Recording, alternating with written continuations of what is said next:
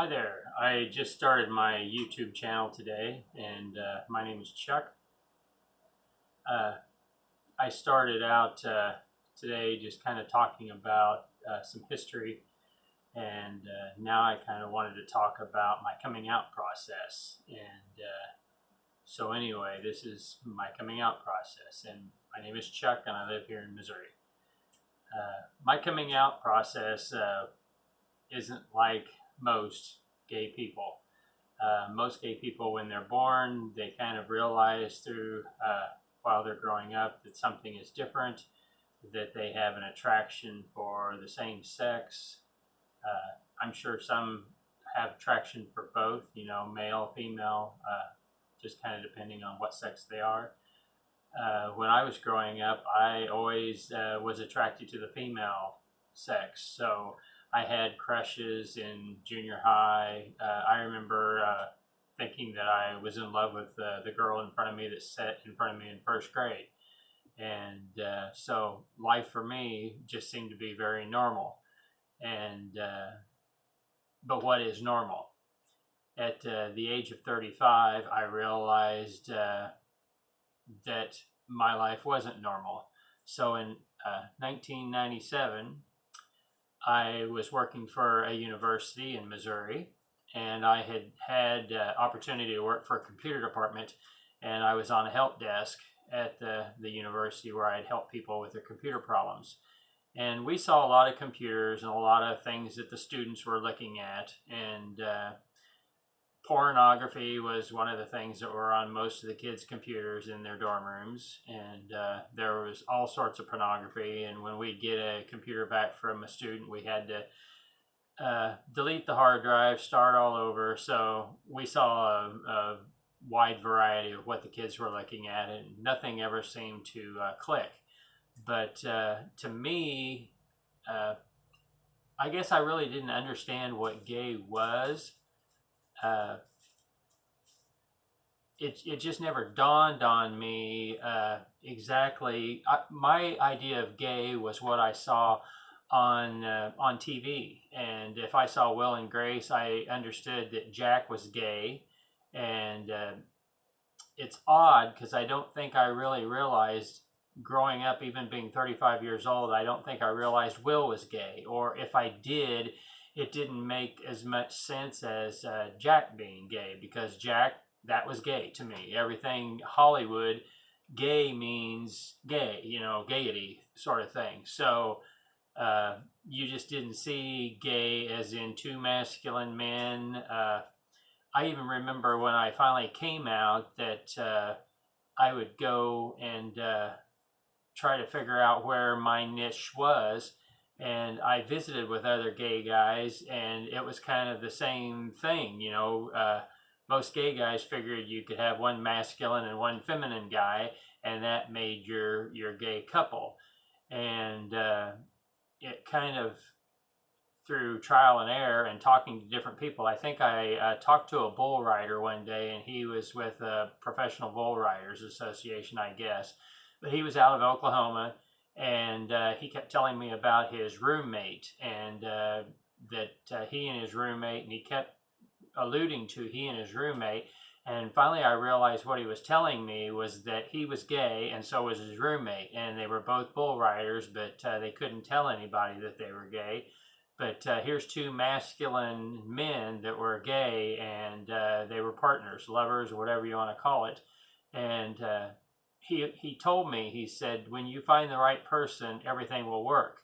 And it's just like in the straight world, you'll see a guy who might be meek and mild, and his wife is overbearing and kind of wears the pants in the family. Or you'll see the masculine guy, and you'll see the feminine gal. So there's all sorts of ways you want to look at it, and that's kind of why I decided to call my YouTube channel Shades of Gay, because when I was doing my coming out sequence, I was trying to figure out exactly where I was. And to be working for the university, one day I was helping a gal look up a website, and in the 90s, the web was really new, and so everything was .com, and And if you went to whitehouse.com, you went to a porn site. If you wanted to see the real White House, you went to whitehouse.gov, and that was a government site. And this one day I was helping this gal, and she had this long history website that she wanted to go to. And I dialed in the history website, and I typed .com by accident, and popped up on the screen were two guys, and I can't remember if they were firefighters or muscular, whatever it was, but it was two muscular men. And that was before the days of it when it showed up and it says you must be 18 or 21 to enter this website.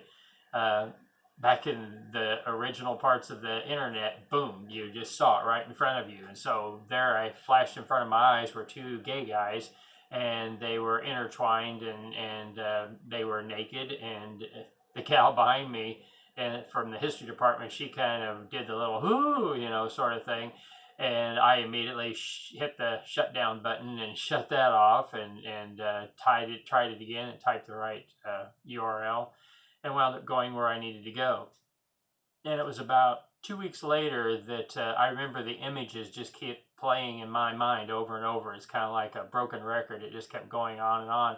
And I couldn't quite figure out exactly why that image was so burned into my mind.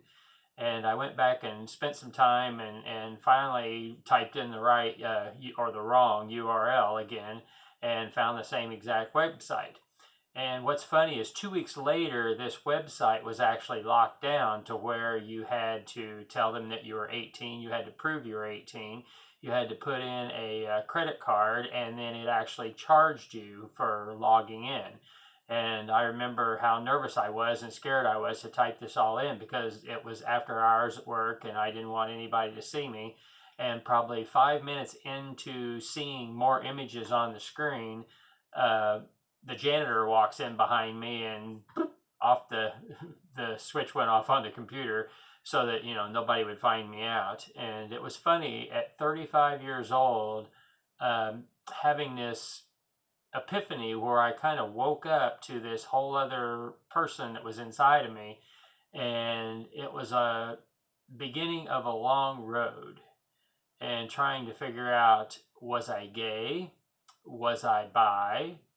Was I just confused? And I remember telling myself that I just needed to see more and figure out more. I was going to feed this need that I had in me, and then all of a sudden, it'd be over. I'd go back to being Chuck again, who I was, the married guy with a wife and the two kids, and living on the family farm. And for some reason, I kept thinking that everything would be good again. But it just seemed like the next 3 years were very, very trying. And to try to get it all in perspective and figure out who I was and what I wanted out of life. And I remembered in 2000, February, I think February 26th, I actually remember the day of 2000, that I sat on the bed and I told my wife at the time what I'd been battling for 3 years, trying to come to grips to what it was that I saw. And I remember her asking me questions about it. And literally at 35 years old, I fell out of my own closet that I didn't even know that I had. And 3 years later, I'm telling my wife at the time what was going on, and she vowed that she was going to help, and we would get me some help. And from that point on, my life changed. So that's pretty much my coming out story. There is a lot more to tell. There's a lot more that I want to talk about. I want to talk about things that happened in my life when I was little and young, and nothing really to do with being gay and realizing that I was gay. But it's just funny that when you look back on situations and things, you start wondering and go, was that a sign? I did grow up in a religious family, and maybe I was just brainwashed or, sold on an idea of what normal was or what the world was all about, that maybe that was it, that I just didn't know, or I was too naive. I always want to look back on that and wonder, but for 35 years I didn't know I was gay. I thought I was straight, and possibly I was. And not knowing, like most gay people know that they're gay when they're younger and then try to come to grips with it.